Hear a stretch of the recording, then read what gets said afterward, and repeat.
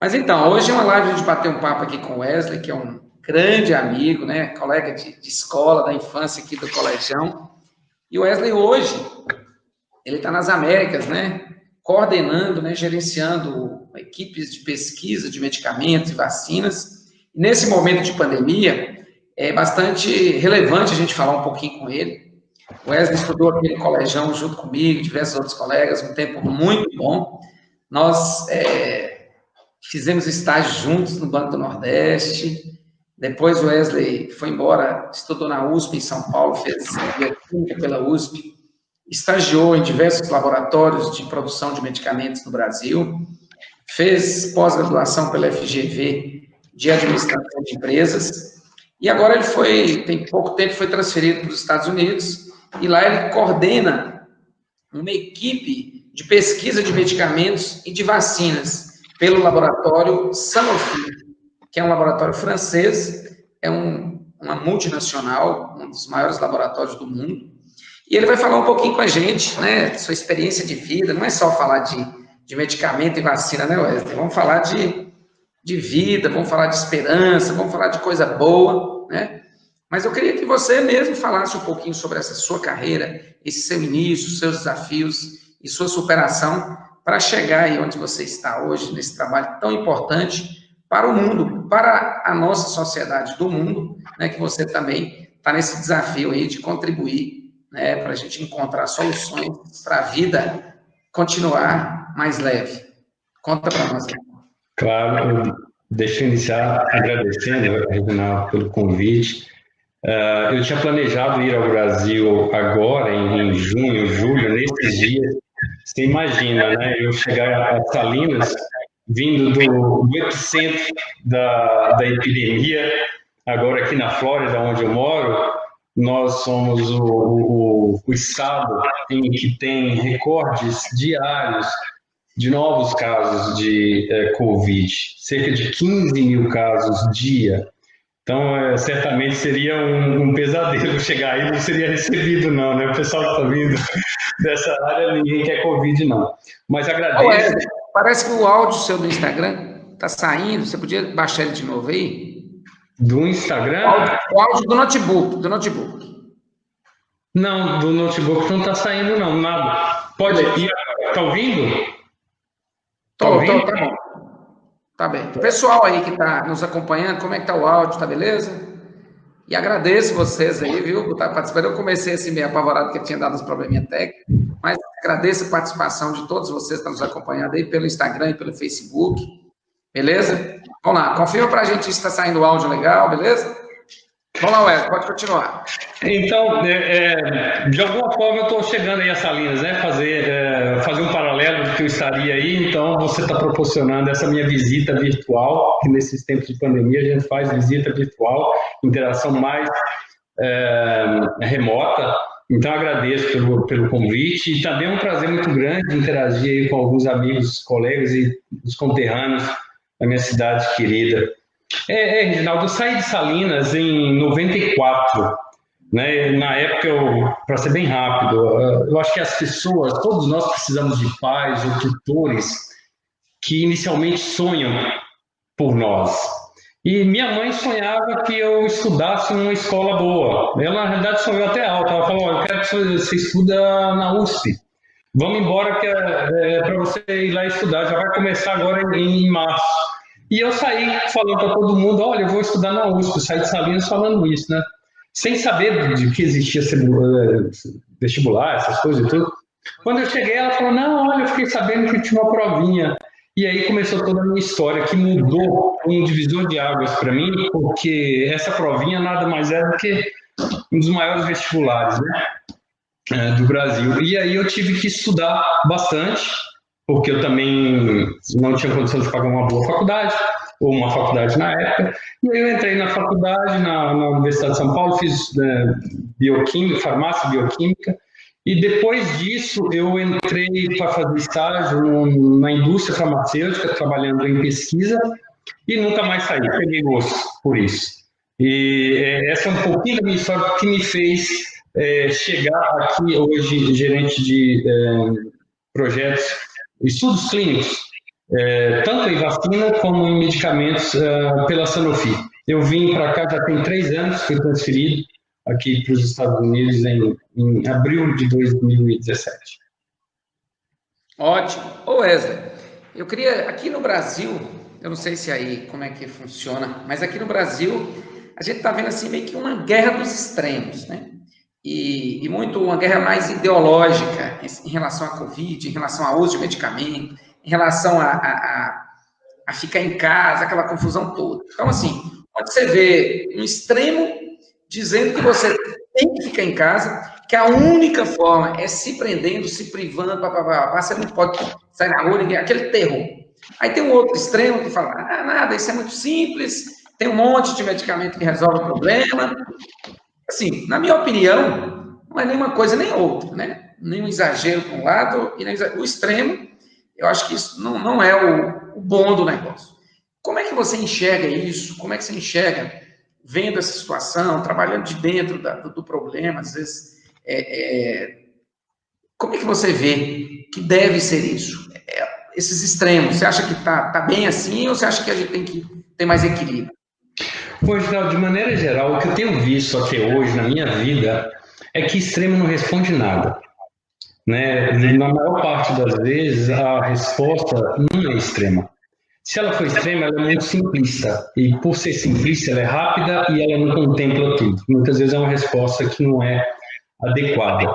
Então, como você disse, a gente tem que equilibrar, a gente precisa sempre, e não é só para a Covid não, viu? Na nossa vida, no dia a dia, tudo que as decisões que a gente toma, a gente tem que se pautar pela moderação, por ponderar as situações. Não existe resposta completa e eficaz, de maneira geral, não existe através dos extremos, nem para céu nem terra. Então, eu diria que, e sobretudo numa situação, Edinaldo, que a gente não conhece. A gente tem o quê? 6 meses, aproximadamente, que a gente está aprendendo sobre essa doença, sobre esse vírus. Apesar de já conhecer outros tipos de coronavírus, já ter, inclusive, iniciado em alguns estudos, o que foi muito positivo para a gente acelerar o processo agora para a Covid-19, o novo coronavírus, o conhecimento prévio, mas a gente não, precisa, não pode ser extremista em nada, sobretudo algo que a gente não conhece. Então, meu conselho para todo mundo que está ouvindo aí é que não acredite em respostas rápidas, em existe cura, isso, faz aquilo. Existe um mundo, literalmente, inteiro preocupado com isso, se envolvendo, investindo milhões. Não existe nenhuma cura milagrosa nesse momento. Então, dizer que a hidroxicloroquina... Aliás, deixa eu fazer uma declaração aqui, por trabalhar num laboratório multinacional como o meu e por ocupar esse cargo que eu ocupo, eu preciso dizer que eu trabalho, as pessoas precisam saber disso, porque pode ser que exista alguma interpretação, algum conflito de interesse, então trabalho nessa empresa. Já trabalhei com a hidroxicloroquina há uns 10 anos atrás, no desenvolvimento de um estudo para malária, Vivax, aí na Amazônia, né? E também trabalhei e trabalho com um produto que está em desenvolvimento na tentativa do Covid. Então, só para dizer que tudo que eu falar aqui não reflete o pensamento, a posição da empresa, mas a minha posição pessoal. Então, Geraldo, a gente não conhece a doença, então a gente precisa, alguém chega e fala que a hidroxicloroquina, a cloroquina ou a ivermectina, ela é eficaz, ninguém sabe. E a gente não pode tomar risco hoje, mesmo que profissionais da saúde, muitas vezes eu vejo que eles querem, conhecem seus pacientes, querem fazer o melhor para seus pacientes, no melhor das boas intenções, mas muitas vezes não são pautados pela ciência baseada em evidência. São ciências com base no que eles acham, no achismo. E isso não só da população, mas muitas vezes alguns profissionais de saúde a gente vê isso. Então, percebe médico recomendando esse ou aquele tratamento, mas sem embasamento científico para isso. A própria ciência muitas vezes recomenda hoje e depois é desmantelada. É assim que a gente vive ciência. A gente vai construindo conhecimento. Então, para responder de forma resumida, o extremo não é a melhor resposta. Não existe um tratamento eficaz. Se eu disser que para todo mundo se isolar também não é o melhor jeito, a gente precisa encontrar soluções adaptadas a cada lugar, a cada situação, mas também é um momento da gente se resguardar. Não é um momento de se arriscar por um desconhecido, porque a gente sabe da potencialidade dessa doença. Ok. Eu percebi, eu li alguma coisa, a imprensa está noticiando que já se inicia alguns testes de vacinas, inclusive aqui no Brasil, né? Já em alguns grupos e tal. Como é que dá para a gente ter uma expectativa aí de vacinas? Como é que essas pesquisas que começam a serem feitas agora para alguns grupos específicos, como é que você acha que isso vai chegar, né, para concluir que realmente é eficaz, quanto tempo, e como isso vai chegar para a população em massa, né, ou pelo menos para uma grande parte da população? Ô, Reginaldo, essa é uma boa pergunta, porque eu quero te dizer uma coisa.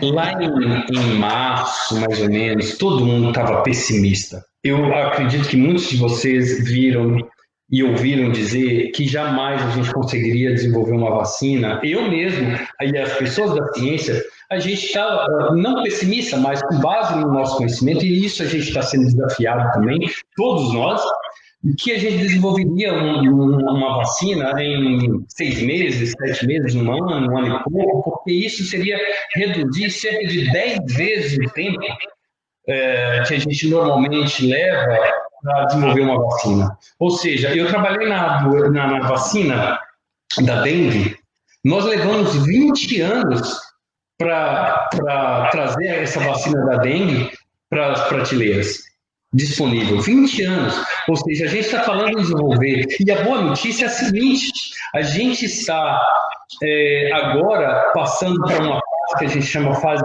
3, que é logo depois que a gente não testa, mas a gente utiliza o produto numa população pequena, em pacientes, em pessoas, e observa que essas pessoas geraram anticorpos, né? Isso é um passo super importante, gerar anticorpo.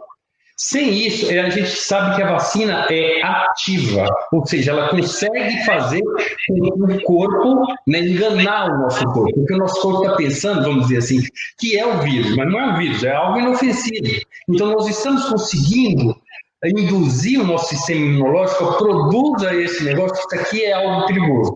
E a gente conseguiu, na semana passada, eu estava ouvindo o Dr. Fauci, que é um especialista, uma pessoa super reconhecida aqui nos Estados Unidos e no mundo todo, falando que uma das vacinas mostrou que a quantidade de anticorpo presente que foi gerada foi até maior, em alguns casos, do que uma pessoa que teve uma infecção verdadeira que se recuperava do vírus. Ou seja, algo super otimista, muito bom. Essa é uma fase que a gente chama fase 2, que a gente faz esse teste inicial de segurança. O que a gente está começando essa semana nas 3 vacinas, que estão adiante nessa corrida positiva, porque não é uma corrida contra uma outra, mas é uma corrida contra o vírus. Então, não existe uma competição direta de empresa para empresa. Eu quero que as pessoas entendam isso, todos nós, porque vai haver espaço para todo mundo. Essa vacina que virá agora, seguramente uma outra vacina vai ser um pouco melhorada, a gente chama de segunda, terceira geração, e além disso a quantidade, fazendo essa vacina agora, a gente é igual você chegar em casa escomiado, com 10 pessoas para comer, vai fazer a comida, todo mundo vai se servir naquele momento, não tem condição, você tem que sair, também tem um fluxo de comida. É mais ou menos o que a gente faz com a vacina, uma coisa é produzir, outra desenvolver, outra coisa é produzir a vacina. Então, esses estudos, voltando ao ponto que eu estava falando de otimismo, agora que a gente está começando, para mostrar se é eficaz ou não. O que isso significa? Houve resposta, a gente já sabe. Que bom que houve resposta imunológica, a pessoa tem anticorpos. Mas saiba que a presença de anticorpos somente, ela não mostra ou não garante que a vacina funcione. Então essa fase agora é a das mais importantes de toda a fase, é a fase em que a gente vai testar efetivamente contra o vírus. E como que a gente testa isso? A gente separa um grupo que está em risco, e nesse caso o Brasil é convidado, não porque a gente é especial no Brasil, mas é porque a gente está vivendo uma situação de epidemia maior, né? Um dos epicentros da América e do mundo hoje é o Brasil. Então a gente separa um grupo de pessoas que está em risco, maior risco, e por isso seleciona o pessoal da área de saúde, porque eles têm, em tese, mais chances de se contaminar. Separa em dois grupos. Um, a gente vai dar placebo de mentira, uma vacina de mentira, que é o melhor dos estudos, a gente chama de Golden, padrão ouro. E o outro grupo a gente dá a vacina efetiva. Então, o que a gente fica torcendo agora? Quanto mais gente nesse estudo se infectar, né, casualmente, porque a gente não quer, né, a gente não pode induzir, a gente não pode ir lá e infectar uma pessoa. Então, quanto mais pessoas se infectarem nesse momento, para o estudo, isso é muito bom, porque a gente tem desfecho, ou seja, a gente tem resultado. Porque no final, quanto mais rápido isso acontecer, eu vou mostrar ou eu vou ter evidências de que quem se infectou mais, quem estava no grupo placebo, uma aguinha, ou quem estava no grupo ativo da vacina verdadeira. E aí a gente vai ver o quanto protege. Toda vacina é assim que a gente mostra estudo de eficácia. Não tem outro modo. A gente tem que comparar quem pega a doença, porque todas são pessoas saudáveis. Quem pega a doença e quem não pega a doença. E comparar. Por isso, quando vocês virem a bula, ou o médico, ou outro profissional de saúde disser para você, essa vacina tem uma proteção de 70%. O que isso significa? Significa que a cada 10 pessoas que tomam aquela vacina, 7 não pegam a doença. 3 contraem a doença de algum modo. E as que contraem, muitas vezes, contraem de forma mais leve, mas contrai. Ou seja, ela pode ser ainda uma pessoa que transmite o vírus. E só para concluir, Reginaldo, essa parte da pergunta que você disse sobre essas vacinas, isso deve levar de 90 a 120 dias e o acompanhamento será por 1 ano. Ou seja, a chance da gente ter uma vacina agora no início do ano é boa, né? Não quero ser aqui super otimista, sabe por quê?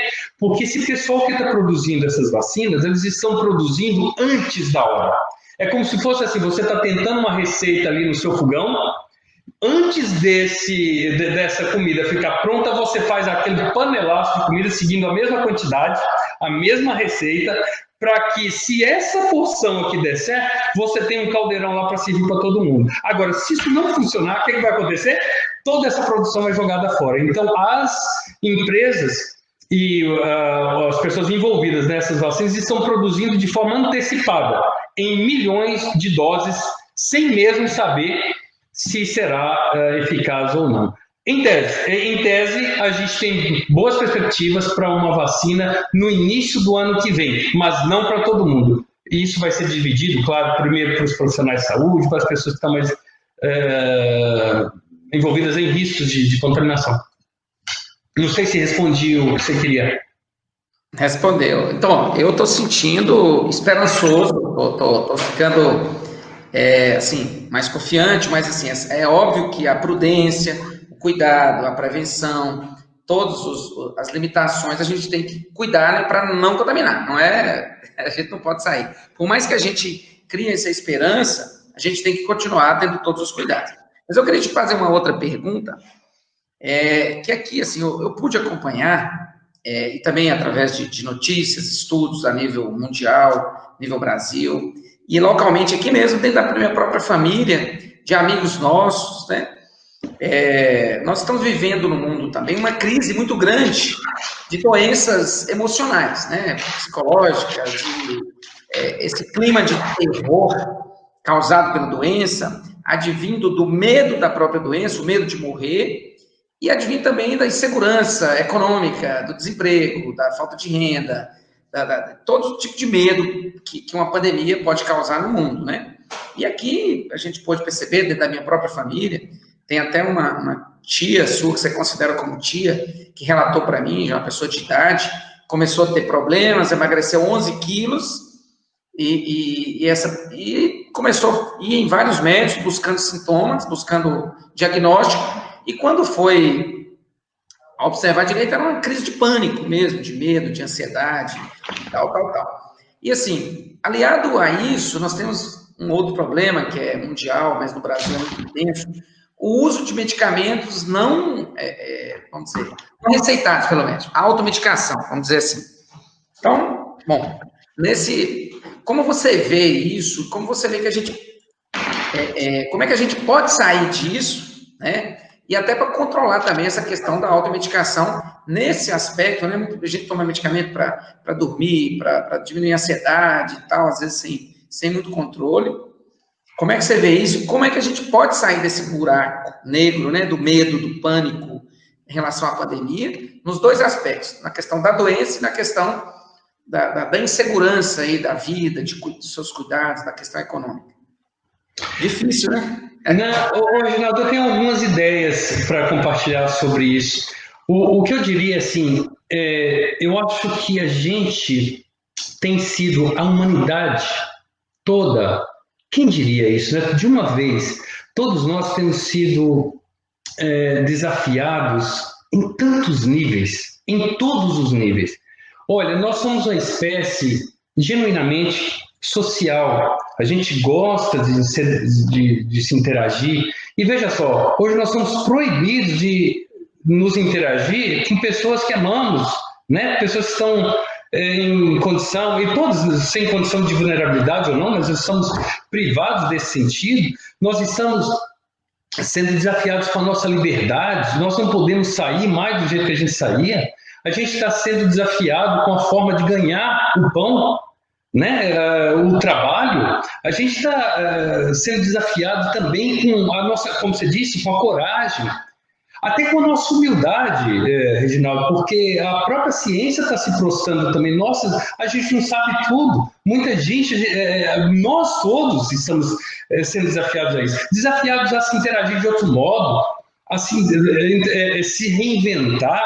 Nós estamos também sendo desafiados, na minha opinião, Reginaldo, uma das coisas mais importantes que talvez nos cause peso e angústia é com a incerteza. A vida é uma incerteza, mas hoje nós somos desafiados ainda mais com a incerteza. Nós não sabemos mais como vamos ganhar isso ou ganhar aquilo, ou o nosso trabalho, o nosso futuro, né? A gente nunca sabe, mas nessa situação a gente está cada vez mais como se diz, num ambiente de incerteza aumentado. E isso, na minha opinião, gera algo que a gente precisa trabalhar, a paciência. Porque nós estamos num mundo acostumados a não ter mais paciência. O mundo evoluiu de tal modo que você vai numa loja, se você não encontra aquilo que você quer aqui, você não pensa duas vezes, você vai em outra loja, você vai na internet, você faz isso, você não mais espera 2 anos para comprar um telefone, igual outras gerações esperaram. Hoje, se você não encontra algo no mesmo dia, imagina, e aí vem essa pandemia e desafia tudo isso. Eu quero uma resposta rápida. A incerteza de estar doente ou não, ou de repente ficar numa situação grave, me faz tomar algumas atitudes que são essas, sem evidência científica, sem nenhum embasamento, então sai tomando medicamento sem comprovação eficaz, se não funcionar, pelo menos não faz mal. Não é bem assim. Não é desse modo que funciona. Então, eu diria para você que a gente não pode sair do mesmo modo que a gente entrou nessa pandemia, Reginaldo. Eu acho que ninguém vai sair do mesmo modo, mas a gente precisa também fazer um esforço para melhorar com essa pandemia. Nós estamos vivendo um momento, eu acho que o Rogério, que seria um assunto muito bom para ele, um momento né, eu vi a última, eu vi um pedaço só da última live que você fez com ele, foi super interessante, porque ele fala de forma bastante clara. Eu acho que a gente tem que fazer um esforço para melhorar em alguns pontos. Um que eu penso nesse momento que a gente está sendo desafiado é esse da paciência. Então, a gente também precisa entender, falar de automedicação. Se eu falar aqui que não é para fazer isso, Reginaldo, todo mundo que nos ouve sabe. Todos aqui sabem que a automedicação é perigosa. Falar isso em si não resolve muito. A gente precisa entender por que o sujeito vem tomar, sei lá, qualquer um desses produtos aí. É porque acha que está contaminado? É porque está em situação de risco? Né? Então você precisa entender o histórico de o que faz a pessoa tomar os remédios, porque a gente sabe do que é seguro hoje para não se contaminar. Uso de máscara, lavar as mãos, álcool em gel, evitar aglomeração. Se a gente está fazendo alguma coisa que viola essas recomendações, a pessoa pode ficar com medo, né? E juntando o medo, a impaciência, a vontade de fazer tudo isso, começa a fazer a automedicação. Então eu sou contra, evidentemente, contra a automedicação, sobretudo em medicamentos que não têm nenhuma eficácia sobre isso. A ivermectina, a gente sabe que a dose seria muito maior do que a necessária. Ela é usada para carrapato, para piolho, né? Depois a gente faz isso também para verme e tudo. Mas imagina, a quantidade seria muito grande, 10 vezes mais o cálculo que se faz para que ela tivesse algum efeito antiviral. Aí as pessoas falam, mas existe estudo que comprova que a ivermectina tem efeito antiviral. Deixa eu falar uma coisa para vocês. Eu trabalho com pesquisa há quase 20 anos. A gente prova o tempo todo que um produto funciona in vitro. Isso que está acontecendo agora, eu acho que é até bacana. Profissionalmente, eu vou te dizer, as pessoas entendem um pouco mais da nossa profissão. Para quem trabalha com estudos clínicos, pesquisa clínica, por exemplo, todo mundo viu o alvoroço que foi os estudos da hidroxicloroquina, agora com a ivermectina, e eu vou falar para vocês, tem mais de 100 compostos hoje em pesquisa. Não é só a ivermectina, eu acho que a gente elege uma delas, né, para ficar discutindo, mas a gente tem mais outros 100 que a gente está vendo se tem efeito ou não. E muitos desses produtos, eles têm, de fato, uma atividade antiviral quando feita na plaquinha. A gente pega sangue, célula infectada, coloca lá, e há inibição, inclusive. E aí a gente fica super entusiasmado, mas que beleza! Quando a gente vai estudar isso em outros modelos, mesmo em animais, depois em humanos, a droga simplesmente não funciona, porque o ambiente é outro, é muito mais complexo. Então, assim, não existe nenhum motivo para dizer por que a ivermectina, antes da hidroxicloroquina, por que a ivermectina iria funcionar. Então, tem que pesquisar, e as pesquisas devem continuar, estão sendo feitas. Existem estudos em andamento para a ivermectina, para provar isso. Mas, assim, sair usando isso de forma desenfreada, a gente precisa entender por que está usando. Verdade. Ô Wesley, você falou de um aspecto interessante aí dessa questão da medicação e que a gente não pode sair dessa pandemia da mesma forma. E eu percebo que realmente no aspecto da solidariedade, da importância do amor, da importância do carinho, do abraço. Então, assim, eu acho que a gente, nessa carência, a gente percebeu ainda mais isso. A gente percebeu também que a gente precisa mais do outro do que a gente, às vezes, imaginava, né? A gente, às vezes, na correria do dia a dia, a gente se acha se coloca como muito individualista e a gente começa a perceber que nós não somos nada, né? Diante de uma situação extrema, que a gente, aliás, não é que a gente não é nada, a gente é muito pouco, né? A gente tem que reduzir o nosso orgulho, reduzir o nosso individualismo e pensar muito mais coletivamente. Uma situação dessa foi provado para nós que a gente precisa desenvolver como seres humanos, desenvolver como pessoa, e acredito sim que a gente vai acontecer. Mas é importante que a gente busque isso também, né? Não é que vai acontecer naturalmente. É lógico que vem um problema, a gente vai se adequando, vai aprendendo, mas a gente precisa também se esforçar para isso. E acho que é o caminho, uma oportunidade também. Toda crise, ela te leva a uma reflexão, te leva a análises, que você possa evoluir, que você busque também uma inovação. Por exemplo, já tinha tecnologia disponível para a gente, conversa online, videoconferência, você que já faz isso há muito tempo, suas reuniões, eu tive em sua casa, pude acompanhar seu escritório aí em casa mesmo, você comunicando com pessoas de diversos países diferentes e tal. E assim, a gente, às vezes, no dia a dia, a gente tem essa tecnologia à disposição e a gente não fazia uso disso. Esse é só um pequeno exemplo de que a gente, hoje aqui, às vezes eu faço reunião com pessoas aqui da minha própria cidade, uma cidade pequena, aqui em Salinas, via videoconferência, né? Mas isso eu poderia ter feito antes com pessoas do mundo inteiro, respeitando as limitações da língua, obviamente, mas dava para fazer há muito tempo. E a gente consegue resolver. Mas, principalmente, no aspecto dos comportamentos humanos, eu acho que é um caminho muito bom para a gente aproveitar a questão ruim da pandemia, mas aproveitar para o lado bom do nosso desenvolvimento humano. Como é que você pode nos dar alguma sugestão e como é que você enxerga isso? Esse é um ponto importantíssimo, porque quando eu disse que a gente está sendo desafiado, e você falou muito bem sobre a nossa empatia, né, ou mesmo o nosso individualismo, eu vou te dizer, Reginaldo, a gente está sendo desafiado nesse sentido, não só no fato de pensar no outro com ajuda, com a solidariedade, mas eu vou te dizer uma coisa, quando você usa máscara, a ideia não é usar máscara só para você. Então, eu acho que as pessoas talvez não entendam isso, que a máscara ele é um símbolo de esse desafio. Porque muitas vezes eu vi dizendo aí, porque muitas vezes é uma reportagem que o sujeito entrou numa loja no Brasil e parece que tinha que usar máscara, e claro, tem que usar. Eu acho que a gente não precisaria de lei para isso. Né? Aí ele colocou a máscara, eu acho que no pescoço, em algum lugar. Bom, eu estou de máscara, agora eu posso entrar.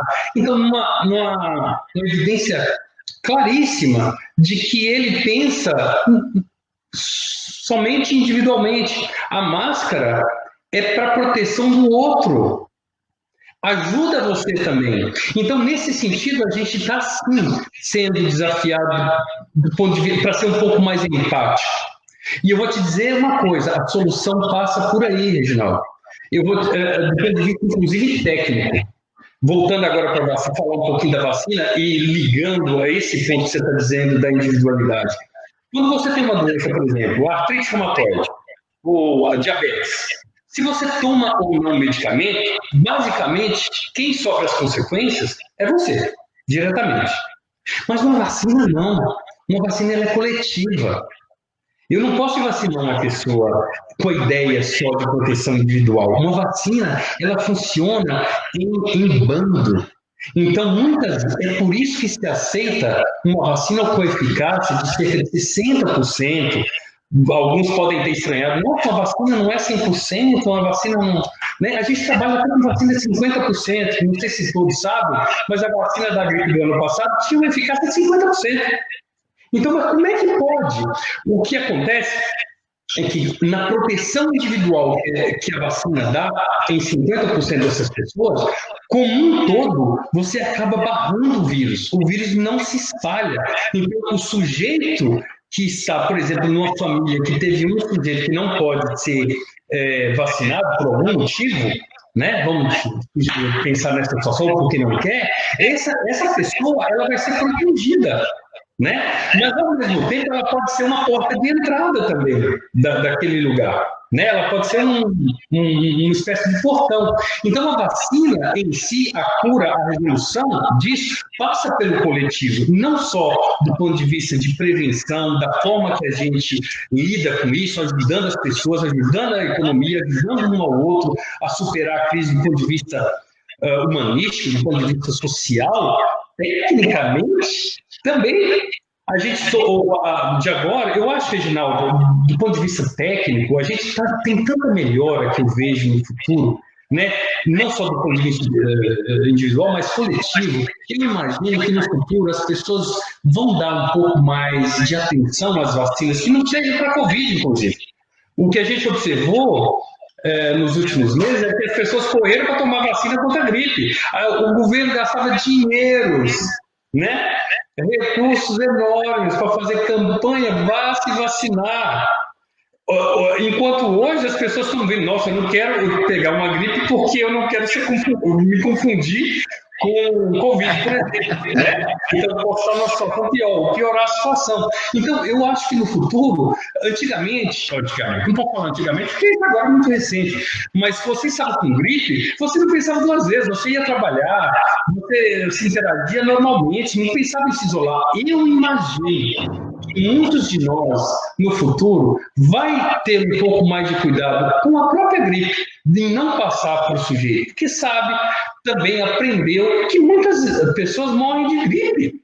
Então, antigamente, eu peguei gripe, peguei da minha esposa, peguei do meu colega de trabalho e tudo mais, e como se fosse uma coisa normal. Eu acredito que a gente também vai evoluir nesse sentido.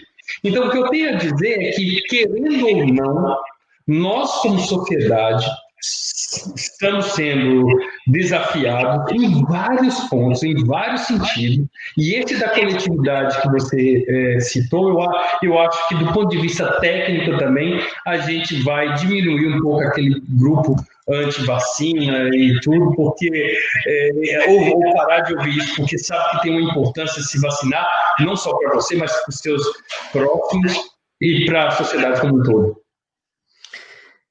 Isso aí, meu amigo Wesley. Bom demais. Obrigado pela resposta.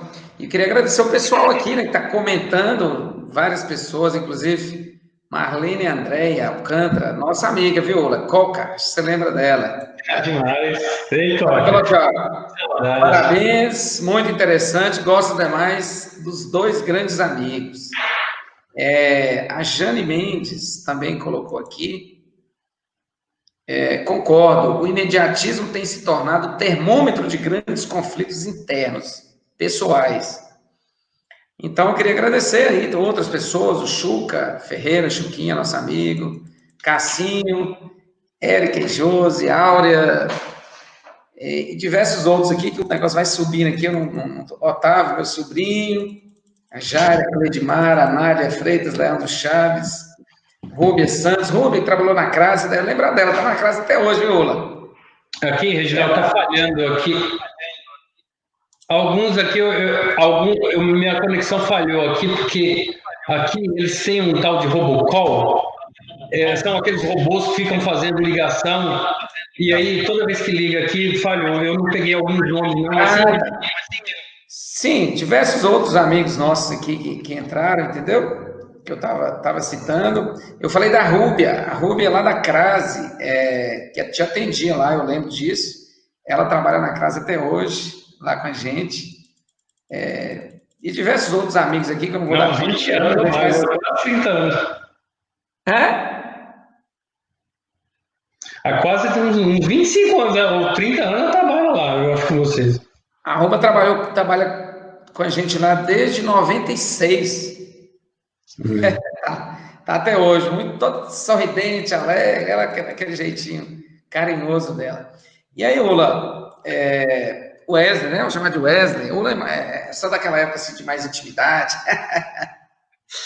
Mas, assim, tivemos bons momentos aí de amizade, muitos momentos juntos, lá na época do banco, na época da escola. Foi maravilhoso, né? E eu queria... Você começou a comentar no início e não deu muita ênfase, mas tem né, você viria para aqui agora, né? Estaria aqui nesse momento, ou alguns dias atrás, parece, que era a data que a gente tinha programado, e a própria epidemia, né, nos impediu de você estar aqui fazendo essa visita para nós, que seria muito gratificante. Então, assim, eu quero te perguntar agora, quando é que você vai vir aqui para a gente poder encontrar pessoalmente? Eu sei que vai depender da pandemia, e aconteceu isso na vida de quase todos nós, né? Os nossos planos de viagem, de passeio, de trabalho, muitos planos foram frustrados. E agora? Quando é que você vem? quem sabe, quando você vier aqui, nós vamos fazer um evento bom aí, uma palestra para jovens, que você fez no ano de 2018. Nós fizemos uma palestra para os jovens lá na Câmara Municipal, o pessoal gostou pra caramba, e quando você vier, nós vamos aproveitar seu conhecimento e sua vivência para ajudar a gente a enxergar a vida de outra forma também. Oi, Reginaldo, você sabe que eu adoro. Obrigado pelo convite, de a gente fazer uma discussão, essa conversa aberta aqui. Um dos meus pilares, de valores de vida, eu gosto de dividir o que eu sei, um pouco o que eu sei. Então, assim, eu adoro o que eu faço, eu trabalho com pesquisa de medicamentos, de vacinas, tenho orgulho disso, de verdade, de ter vários medicamentos aí que estão no mercado, está, né, sendo utilizado pela rede pública, inclusive do Brasil. Trabalhei em diversas áreas, com hepatite, oncologia, HIV. Eu atualmente estou trabalhando com câncer de pulmão e agora também nos projetos de hemofilia, que é uma doença mais de homem, aqui na América do Norte. Então, tenho andado muito ocupado ultimamente, mas assim, seria um prazer falar com o pessoal aí um pouco o que eu faço e, de repente, motivar ou, né, incentivar pessoas a buscarem o caminho do conhecimento, dos estudos. Em relação à visita, Reginaldo, assim, muita coisa vai depender, né? Eu estava planejando mesmo fazer essa visita, mas toda vez que eu vou a Salinas é muito rápido. Eu fico aí não mais do que 5, 6 dias, máximo, porque não eu não queira. Eu morro de saudade da comida, do arroz com piqui, frango.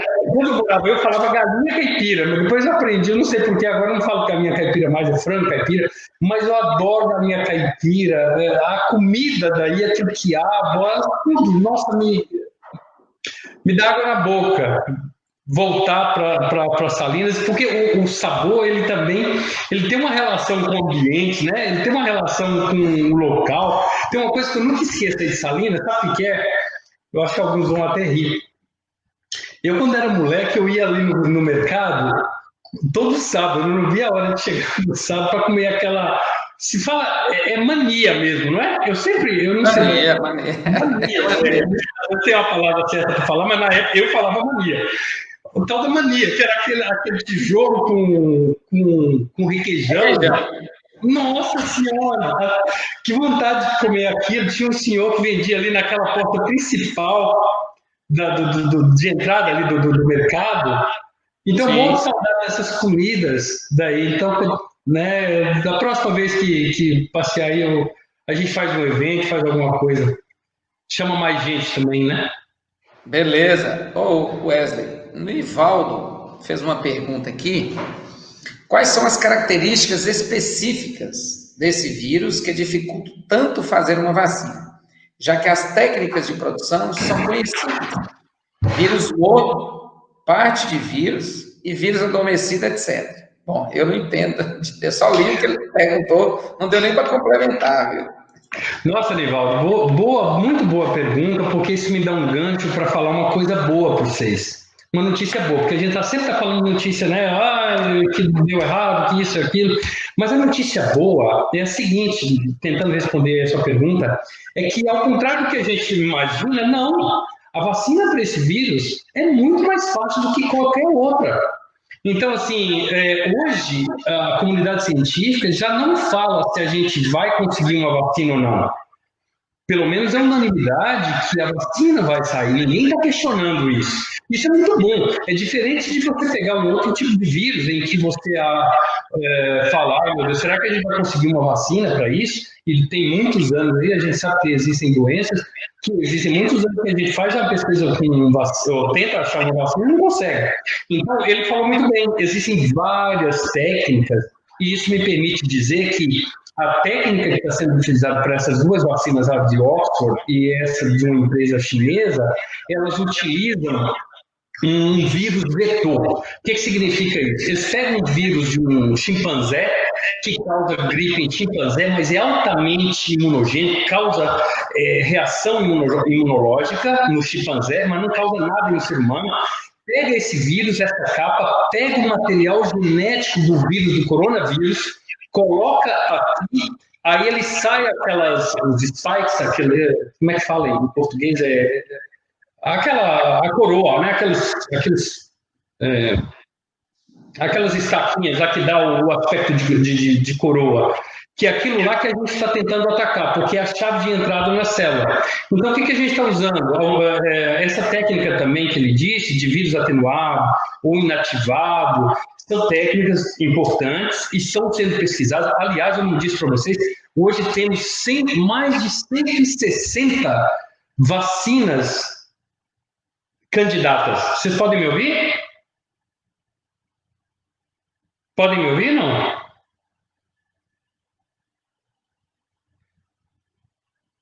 Eu não sei se vocês podem me ouvir.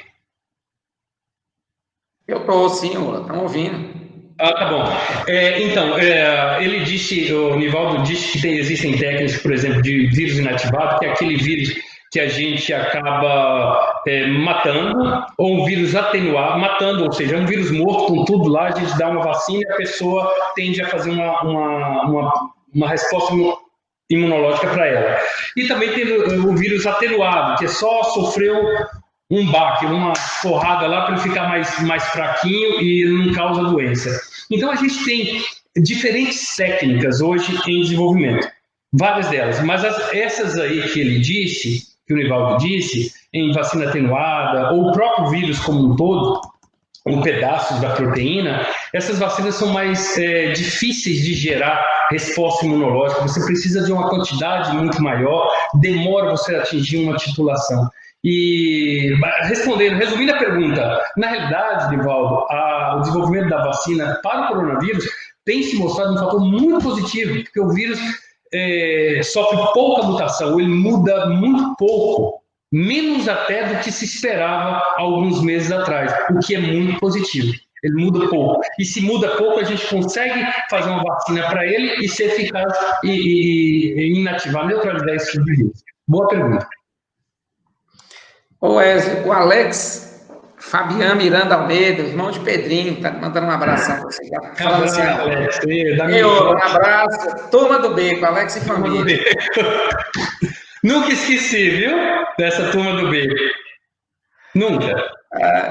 Aliás, Reginaldo, me permita aqui dizer que esses amigos aí, eu vejo nesses comentários, eles são parte da minha história, sabe? Ninguém é o que é sem esse passado, sem essa experiência. Então, assim, essa turma do Beco, bicho, me veio um filme agora. Eu sou produto disso também. Sim. Então, maravilha, você comentou lá do mercado, daquele momento, isso é maravilhoso, né? Infelizmente, nós estamos, nesses últimos meses, até sem poder frequentar o mercado, eu também adoro, até hoje, viu? Não é só daquela época, não, que eu não sei se você lembra, quando a gente estava no banco, antes de chegar no banco, eu passava no mercado para vender queijo e comia a minha mania com o requeijão com doce lá, outra hora o pastel, a gente levava um pastel para tomar um cafezinho lá no banco, e era uma maravilha. Então, esse mercado aqui que você citou é a nossa cultura, é a nossa vida, é o produto que a gente vem desse meio, realmente, né? Dessas pessoas que a gente conviveu e que a gente convive até hoje aqui, no caso, né? Então, realmente, isso é muito prazeroso. Acho que a vida é isso, né? A vida são essas relações, esse prazer de conviver com as pessoas e de poder estar hoje, né? Tão distante, mas continuando amigos e aprendendo um com o outro, e né, tive a oportunidade de estar em sua casa, visitar e conviver com seus muito bom. Samuel, a Sara, a sua esposa. Foi um momento muito bom para mim, agradeço demais pela sua receptividade boa aí, e queremos ser recíprocos, né? Quando você vier, vamos visitar a nossa casa, traz seus filhos aqui também, para a gente curtir bastante, e eles também conhecerem as pessoas aí, né? Tá certo, claro, com certeza, com certeza. Então, pessoal, queria agradecer demais aqui na participação de todos. Estamos finalizando, infelizmente não dá para a gente ficar muito tempo. Seria um prazer enorme passar a noite aqui conversando com o Wesley, com vocês, compartilhando esse momento que a gente está vivendo de dificuldade, mas esse momento de esperança. E eu queria, Ula, para finalizar, te perguntar assim, como é que, no contexto geral, né, não é só no aspecto saúde, no aspecto né, medicamento, vacina, que já deu boas informações, e esperança, uma esperança positiva aí para nós, da gente acreditar que em breve a gente estará mais aliviado desse medo, desse pânico, né, que foi causado e tal. Mas no aspecto geral da vida, eu sei que você é uma pessoa que lê muito, muito estudiosa, superou grandes desafios, né? Nós vivemos aqui a infância nossa, de estudo com muitas dificuldades, e você superou muito aí, hoje, né, você é modesto, mas assim, a gente que tem que estar fazendo as perguntas, mas, pessoal, o Wesley, ele faz reuniões o dia inteiro com o pessoal da Austrália, da França, fala diversas línguas, tá aí. Então, assim, superou grandes desafios, né? Vamos dizer que a nossa expectativa, quando a gente estava aqui no colegião, naquelas dificuldades todas e tal, não eram expectativas muito grandes, né?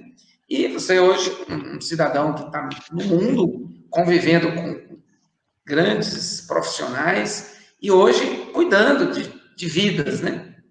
Então, assim, falando do aspecto geral, que mensagem você traz de esperança nessa sua experiência de vida para todos nós, mesmo fora do contexto saúde que nós estamos debatendo aqui hoje, né? Deixa uma mensagem para nós, já caminhando para e fazendo suas considerações finais, que a gente tem pouquinhos minutos aí. Tá bom. Ô, Reginaldo, eu acho que, assim, fazendo uma relação com o Covid e levando em conta tudo que eu disse que estamos sendo desafiados, acho que todos nós precisamos nos programar ou colocar como plano individual o que podemos melhorar. A gente fica preocupado com as nossas crianças, né, com o nosso sofrimento mental, nesse momento de lidar com isso, mas assim, a gente precisa tirar proveito da situação. Eu acho que assim, não tem escola na vida que ensina isso, né? A gente estuda ou passa por diversas situações, mas como enfrentar uma pandemia ou como né, lidar com o psicológico e com tantos problemas ou desafios ao mesmo tempo é algo assim incomum. Né? E nós temos hoje várias condições para superar isso. Eu diria assim que a gente precisa se conectar um pouco mais, sabe? Eu acho que o isolamento é uma das principais causas, mas hoje, como você disse, Geraldo, existe a tecnologia. Então eu penso que a gente pode utilizar, se no passado a gente condenou um pouco a tecnologia, hoje a gente tem que usar a nossa tecnologia a nosso favor, mas se conectar de verdade, não é se conectar do tipo olhar Facebook, mas assim, enviar uma mensagem para alguém, dizer como é que você está, ou marcar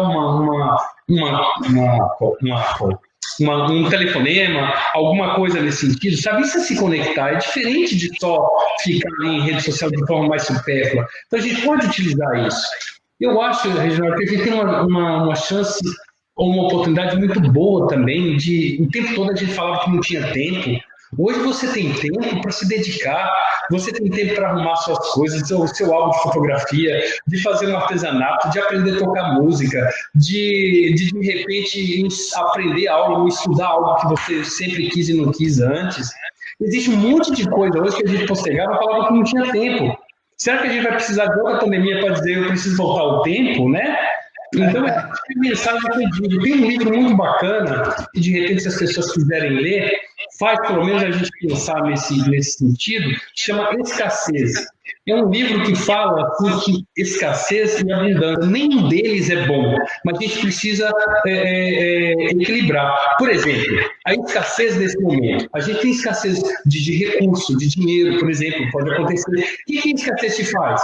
Ele faz você ser mais inteligente nos seus gastos, você ser mais efetivo. Você entra no supermercado, você pensa melhor como você vai administrar o seu ganho.